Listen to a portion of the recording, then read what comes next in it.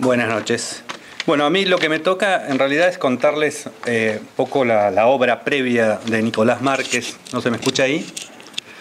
La obra previa de Nicolás Márquez, cómo llegamos hasta este libro. La primera vez que oí hablar de Nicolás Márquez fue a través de un mail que me mandó un importante abogado argentino diciendo que había un joven marplatense que había hecho una investigación sobre la década del 70 en la Argentina, lo que había significado la guerra revolucionaria, y que estaba buscando fondos para publicarlo. Algo que, esto fue en el año 2004, que finalmente salió el libro, seguramente este mail lo había recibido un año antes, algo que para la Argentina constituía un desafío muy grande, porque ustedes saben que para nosotros, de acuerdo a la historia oficial, al relato local que tenemos en la Argentina, es como si de repente, en el año 76, los militares, estoy escuchando una música, no sé si están musicalizando mi... Está cantando Armando, está bien. Está cantando Armando. Bueno, la Argentina fue un escenario de la guerra revolucionaria durante la década del 60 y 70 importante, con ataques a cuarteles, con identificación de los grupos armados como ejércitos, con la pretensión de generar un foco revolucionario, con secuestros extorsivos, con asesinatos por la espalda, con hechos como matar a un profesor enfrente a su familia porque tenía un pensamiento que era para esta guerrilla peligroso o incorrecto, ¿no? Un verdadero baño de sangre. Y a eso le siguió primero una respuesta de tipo policial que fracasó y fue superada, inclusive una respuesta legal que también fue superada. Le siguió durante el gobierno peronista el inicio de una forma de represión ilegal y le continuó también a través del gobierno militar otra forma de represión ilegal. Pero lo curioso es que a partir del año 1983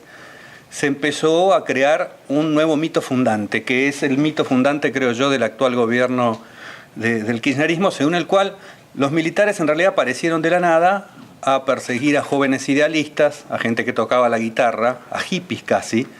pacifistas, que querían un mundo mejor y que estaban representados por esta generación que fue barrida por los militares y que ahora a través del gobierno de los Kirchner ha vuelto al poder. Así que en ese país, con esa mitología, digamos, que además era un gran tabú plantear esta cuestión, ahí aparece Nicolás Márquez con su libro, que se llamaba La otra parte de la verdad, justamente, que contaba la situación previa a esa represión ilegal, lo que había pasado, lo que lo había ocasionado, y que inclusive había sido reconocida durante el gobierno de Alfonsín, que inició todo un proceso de revisión de esa realidad, creo yo, con mecanismos equivocados desde el punto de vista legal, que había sido reconocido a través de una investigación que se llamaba El Nunca Más, que incluía un prólogo de Ernesto Sábato, que hablaba de lo que había sido la violencia terrorista en la Argentina, que había sido el anticipo de esta forma de reaccionar del Estado argentino, que indudablemente fue inadecuada, sobre todo desde lo político, si vemos los resultados, ¿no? Y ese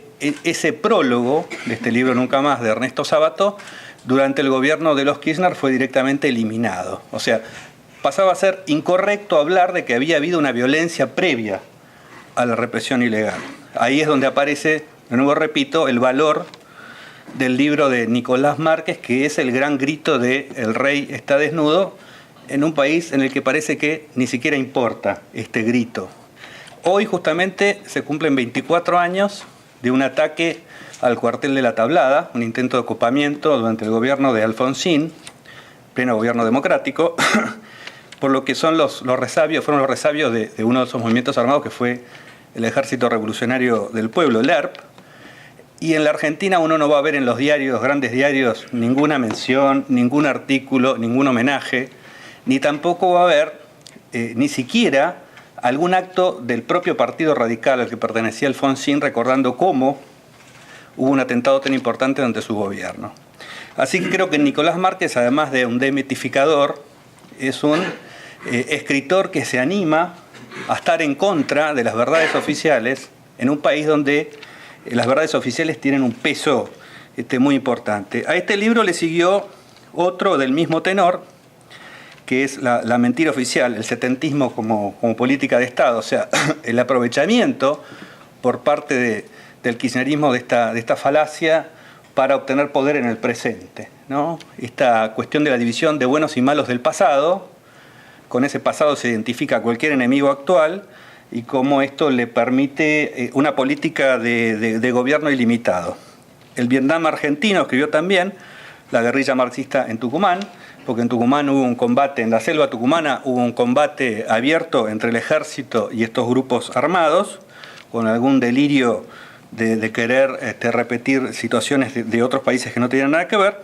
y a partir de ahí empezó la etapa, digamos, internacional de Nicolás Márquez, con el libro del el Che Guevara, el canalla, que el Che Guevara ha pasado también en la última década a ser un héroe en la Argentina, cosa que no era antes, ¿no? Fue inventado como héroe en la Argentina en la última década. La historia de un fracaso de Cuba, yo creo que es el fracaso más exitoso de la historia, y después Chávez, de Bolívar al narcoterrorismo, el impostor, que tuvimos ocasión de presentar hace muy poco tiempo acá, y ahora con este último libro que va a comentar ahora Carlos Alberto Montaner, que creo que cierra el círculo, y seguirán otros, y que, como vemos también, Nicolás a la hora de poner títulos no se ahorra ningún tipo de palabras ni eufemismos. Así que bueno, os dejo con